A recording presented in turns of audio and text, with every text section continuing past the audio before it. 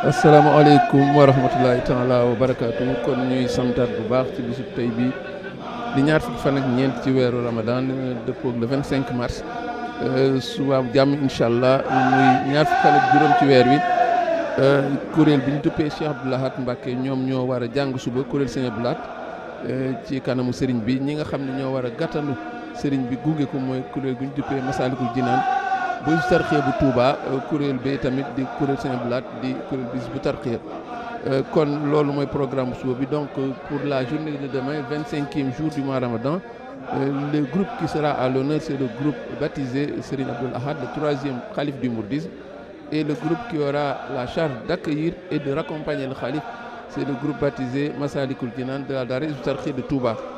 Donc nous allons enchaîner et anticiper un peu sur un événement qui se profile à l'horizon. C'est ce qu'on appelle la nuit du destin ou la nuit de la détermination selon les traductions. Il s'agit de Laylatul Qadr. Laylatul Qadr, c'est dans 2 jours, dans 2 ou 3 jours. Ce sera donc le jeudi prochain, la nuit du jeudi au vendredi. Et par anticipation, nous allons nous parler de ce jour, puisque c'est un jour, c'est une nuit, devrais-je dire, une nuit qui est très marquante dans l'islam, une nuit qui a été évoquée dans le Coran, la référence suprême. Et il est important de rappeler que c'est une nuit qui a été évoquée dans la sourate 97, pour ceux qui seraient tentés de faire des recherches, dans la sourate 97 du Saint-Coran, une sourate qui n'est pas longue, 5 versets, mais 5 versets qui en disent long sur l'envergure et la notoriété de cette nuit. Le poème que le cheikh a composé et qui fait référence à cette nuit fait 15 vers. Ce n'est pas un poème très long et c'est un poème qui est écrit avec le maître du Rajaz.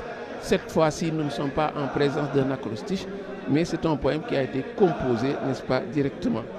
Donc le titre est Miftahul Nasri fi Du'a Laylatul Qadr, la clé de l'assistance providentielle de Dieu dans les prières à l'occasion de la nuit de la détermination.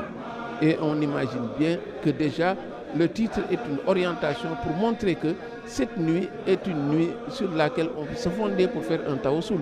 On peut supplier, demander les bienfaits d'Allah par la bénédiction de cette nuit, parce qu'il y a eu un événement phare qui s'est passé dans cette nuit, et le Coran le dit, c'est en cette nuit, dit-il, Inna anzalnahu fi laylatil qadr.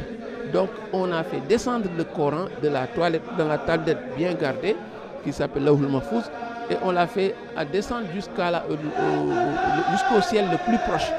Et à partir de là maintenant, les versets vont arriver auprès du prophète, et pendant 23 ans, mais sachez que quand le Coran dit, on a fait descendre le Coran lui-même, cela veut dire qu'il était planqué au niveau de Lawhul Mahfouz, ce lieu, cette tablette qui récapitule tous les décrets d'Allah, et on l'a fait descendre jusqu'au ciel le plus proche. Et à partir de là, pendant 23 ans, les décrets, les versets vont arriver auprès du prophète Mohammed, paix et salut sur lui. Donc c'est Allah qui le dit sans détour. Nous l'avons certes fait descendre pendant la nuit de la détermination. Donc l'événement est marquant. Ce sera cette fois-ci la 27e nuit ici à Touba qu'elle sera célébrée jeudi prochain, donc le 26. La nuit, ce sera la nuit du 27 et on va célébrer cet événement. Alors, qu'est-ce qui s'est passé dans cet événement?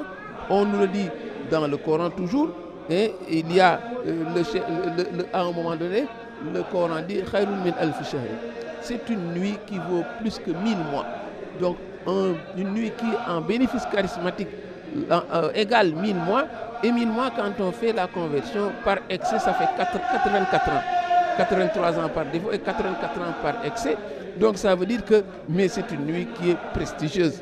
Et il faut dire également que déjà, le contenu de ce verset mais s'emboîte harmonieusement avec le contenu du poème que nous allons voir, puisque l'on parle d'anges qui descendent, donc des anges qui descendent, et le prophète Jibril, et l'ange Gabriel également qui descend, mais cela veut dire que c'est un événement majeur. Et il dit Salamun hiya hatta matla'il fajr, et les paix et salut jusqu'à l'apparition de l'aube. Ça veut dire que donc c'est une nuit qui est surchargée de bienfaits, et c'est une nuit où il se passe beaucoup de choses. Et cette trajectoire descendante suggère une pluie de bienfaits, une pluie qui tombe de haut en bas, mais cette fois-ci c'est une pluie, n'est-ce pas, qui est une pluie de bienfaisance. Et on ne devrait pas, en tant que musulman, en tant que croyant, se priver de tous ces bienfaits-là qui surchargent cette nuit-là. Dès lors, Miftahul Nasri, le poème que nous allons étudier nous apprend comment faire ce tawassul, solliciter les bienfaits d'Allah à travers cette nuit, mais cette nuit, c'est une nuit qui n'est pas comme les autres. C'est une nuit qui vaut 83 ans, mais ça veut dire que donc c'est une nuit prestigieuse. Et le premier vers dit Alhamdulillah mujib zil qadar man khassana fadlan bi laylatil qadr.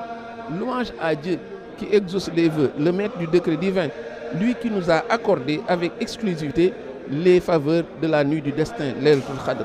Et on montre déjà que le poème s'ouvre sur une note de reconnaissance. Une reconnaissance pour tous ces bienfaits qui ont été accordés exclusivement. Parce que quand l'arabe dit khassa, ça veut dire que c'est une exclusivité qui a été accordée à la communauté du prophète. Mais puisque c'est en lien avec le Coran et le Coran a été accordé à la communauté du prophète, ça veut dire que tout bien qui est rattaché à ce Coran revient de droit, revient exclusivement à la communauté du prophète. Ça également, c'est une marque de distinction qu'il faut mettre en évidence. Le vers 2 est marquant par l'usage de l'intertextualité sur le plan formel. Quand le cheikh dit donc jusqu'à ce qu'il devienne meilleur que 1000 mois, là l'intertextualité est flagrante. Le cheikh a pris la chute d'un verset pour l'introduire. Ça se trouve dans la sourate Al-Khadr, la 97e sourate du Saint-Coran.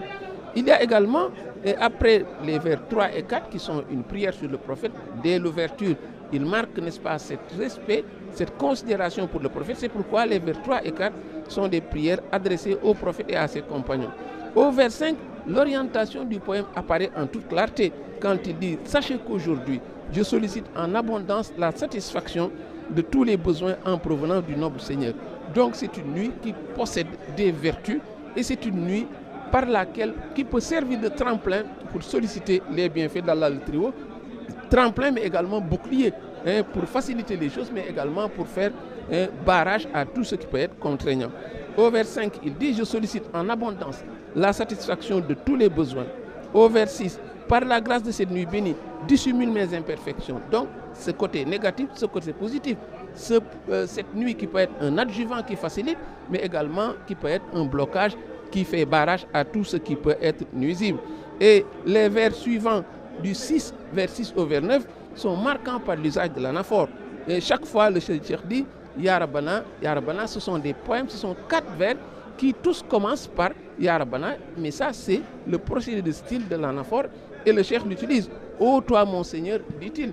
Et cela contribue à conférer du rythme au poème. Ça également, ce sont les indices stylistiques. Et cela également rehausse la chaleur d'évocation, la motivation de celui qui est le demandeur. Il se ajoute donc également la forme emphatique. Ya Rabbana, c'est une mise en relief, c'est une manière de concilier le fond et la forme. Il y a une manière de demander, mais il y a également le contenu de ce qu'on demande et le cheikh sait bien les concilier. Énumérons maintenant, pour s'en convaincre, tout ce que le cheikh demande. C'est pourquoi on saura que ce poème, il est digne d'être lu. Au lieu de tendre la main et de demander quoi que ce soit, lire le poème peut engranger tous les bienfaits. Le cheikh dit successivement « Abonis mon sort et celui de la communauté. » Il dit « Protège-moi contre tout ce qui me porte préjudice. Fais de moi la droiture, fais de la droiture mon escalier. Accorde-moi le paradis. Purifie mon cœur. Engage-moi dans la voie du succès et du bonheur. Attire nos cœurs vers l'abandon du bas monde.